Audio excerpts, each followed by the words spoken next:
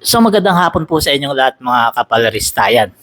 Ayun na nga, naaresto na si dating Pangulong Duterte. Hindi niya pala kayang panindigan yung kanyang mga sinasabi na babarilin niya yung aaresto sa kanya. Hindi niya pala kaya panindigan. Hindi niya pala kaya panindigan na manlalaban siya sa aaresto sa kanya. Dahil parang naisahan talaga siya. Naisahan siya ngayon ng ICC.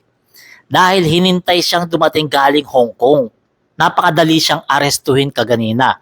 Kasi nga kung papaabutin pa sa Davao, mahihirapan talaga siyang arestuhin. Kaso talaga matindi. Matindi yung diskartehan ng ICC. Inilabas yung warrant of arrest. Nung si dating Pangulong Duterte, bumabiyahe na papunta rito pabalik dito sa Pilipinas galing Hong Kong. Doon inilabas yung warrant of arrest ng mga madaling araw. Ngayon, pagdating dito sa Pilipinas, andun na si General Torre, yung bayani ng mga Pilipino, si General Torre. Siya ngayon ang humuli doon kay dating Pangulong Duterte para pagbayaran yung mga kasalanan niya dati-dati pa nung panunungkulan niya. Ngayon, etong ilan natin mga kababayan, sinisisi si Pangulong Bongbong Marcos, bakit daw pinayagan yung ICC? Sino ba? Sino ba ang may kagustuhan pumasok ang ICC dito? Di ba yung mga DDS? Sinasabi nila, ang tagal naman ng ICC. Sinasabi nila, papasukin na yung ICC para magkaalaman. O ngayong naaresto, wala naman silang nagawa. Si dating Pangulong Duterte lang tuloy ang kawawa. Ito kasi mga problema, mga supporters ng mga Duterte.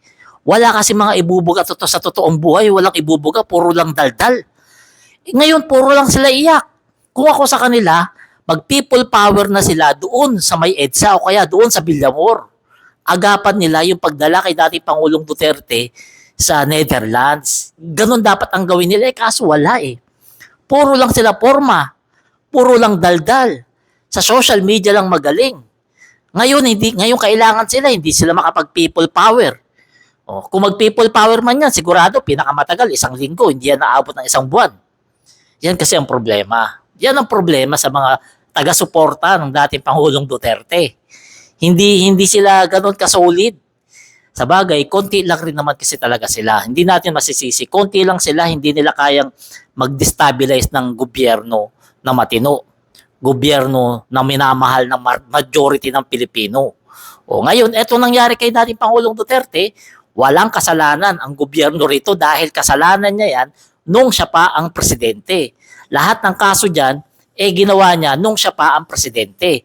At yung isinampay ang kaso na yan nung siya pa ang presidente. Kaya walang kasalanan dyan si Pangulong Bongbong Marcos.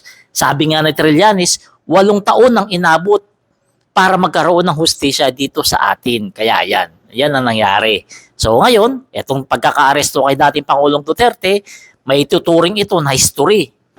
Kasi nga, siya yung unang-unang presidente ng Pilipinas na naaresto ng Interpol at pwedeng dalahin doon sa lugar kung nasaan ang ICC.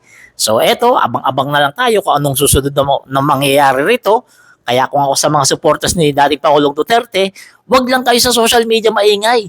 Galaw-galaw din para may pakita nyo kung gaano nyo kamahal si dating Pangulong Duterte. So kayo, ano sa tingin nyo?